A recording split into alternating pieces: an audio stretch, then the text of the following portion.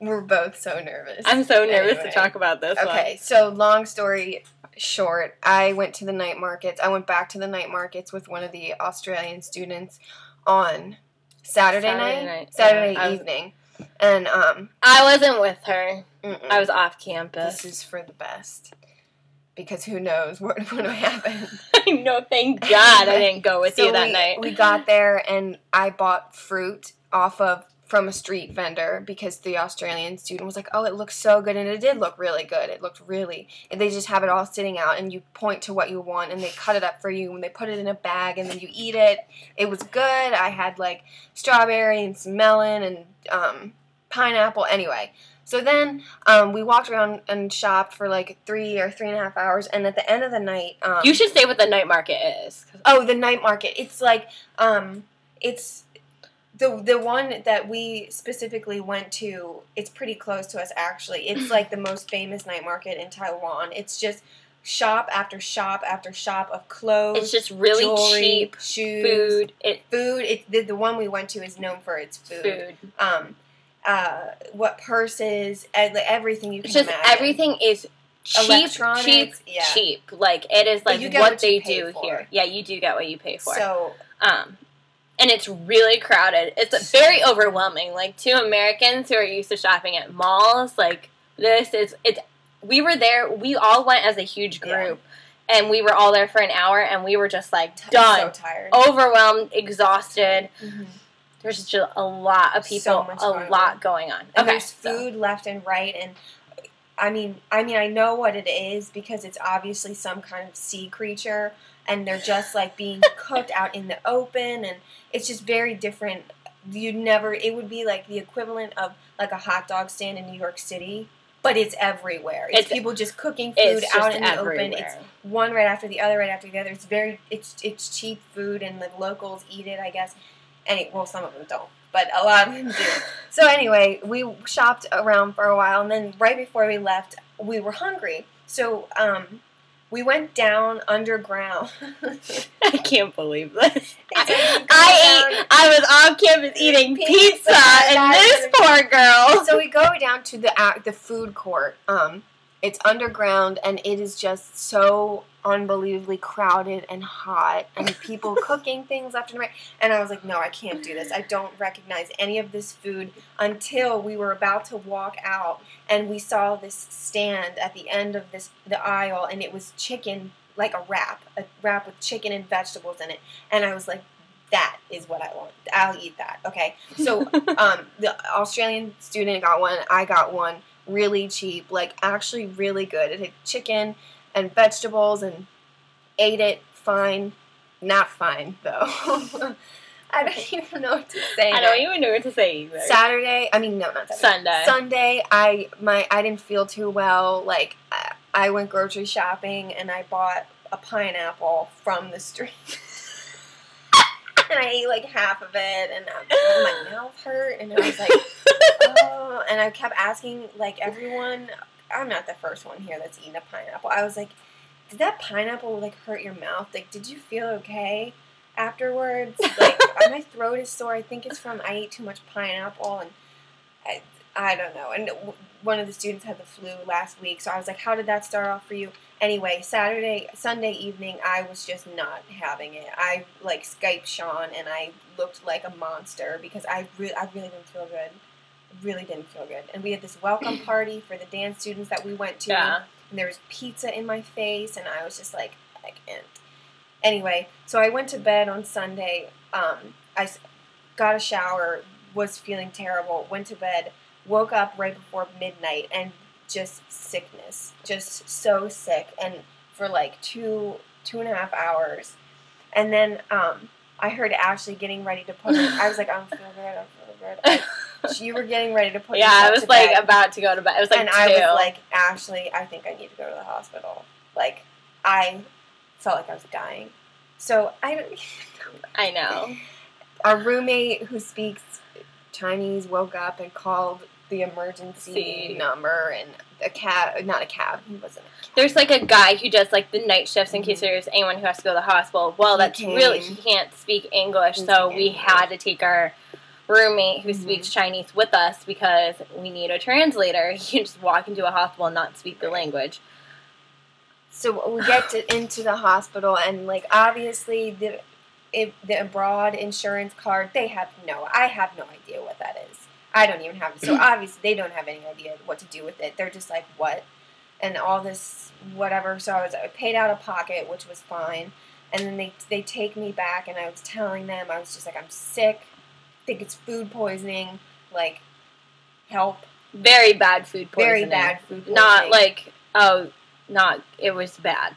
This needed a trip to the hospital. And I was like, I need fluids. Like, I need something. Like, my ears were ringing. I was dehydrated. Like, whatever. I don't even know what to say. Then they wanted to do all these tests on me. Oh, okay. So I don't even know. It was yeah.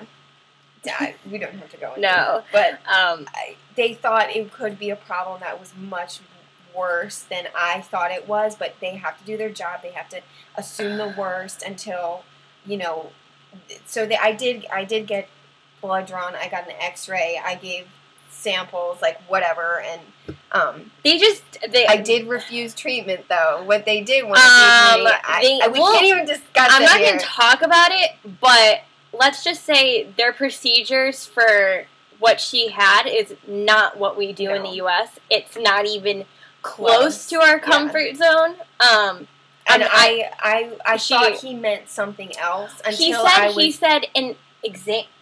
Some kind of exam, and I thought it was just so we thought it was like, oh, it's our exam, what we would do for it in the U.S. So I'm sitting back there on the stretcher that is like, I'm just sitting, and he closes this curtain, and it's just me and him behind this curtain, and he just looked at me, and I was like, wait a second, are you about to do what I think you're gonna do? And he was like, probably, and I was like, no. I said, I'm not doing that, and he was like, really? And he was like, this is, this could be really serious. And I was like, no. Mm-mm. So I stood up, and I walked out, and I went and sat back down in the waiting room. That wasn't even a waiting room. That's like, if you're sick, you wait in this room. If you're, accompanying someone you sit in this room. A man next to us, young man, bleeding from his head, blood dripping down his legs, sitting in a stretcher next to us. So basically the hospitals are just very different. There's one room, and everything's in that one room. There's people that are in tragic care in the same room as you. There are people that are all on stretchers, people that have just gotten motorcycle people crying, people moaning, this man was bleeding. It's all in one room, and we were all up on each other, and I just wanted to go back to the door. Extreme fear of hospitals, and I kept it together for my girl, but I was dying inside. I've never seen I thought I was going to have a panic attack. I was so nervous. It was fine until there was like this guy, okay, so our night was almost done. I had an x-ray, I had blood taken, they gave me a shot of something, I don't even know what it was. Who the fuck knows? And I was just like, I'm over it. I was like, and it was probably like 5 in the morning. Like, it's food poisoning, that's what it is, but she needs like an antibiotic. Yeah, an antibiotic. It's bacteria, whatever. So we were sitting there, and this man is rushed in 7 feet away from us on a stretcher, and he's this like middle-aged Taiwanese man. He's bald, and his head is blue. It was blue. And I didn't look that close. At first, I was like, because you went, uh-oh, and I went, oh, and I just like looked down. Chest compressions, and I know he was dying. Like, I know he was dying. And so they take him back into this little area, and we heard him hooking. In the little area, they took him back across from the waiting room. Yeah. There's no door. There's nothing. And they didn't even pull the curtain, and they were hooking him up to all this stuff, and the paramedics were just like walking out one by one, looking like, just like. And then the wife came running in hysterical. Thank God I don't speak Chinese, because the doctor and the wife were in the waiting room just talking about the situation. She was hysterical, and the guy hysterical. The doctor, and I was just like, oh my God, get me out of here. The only one.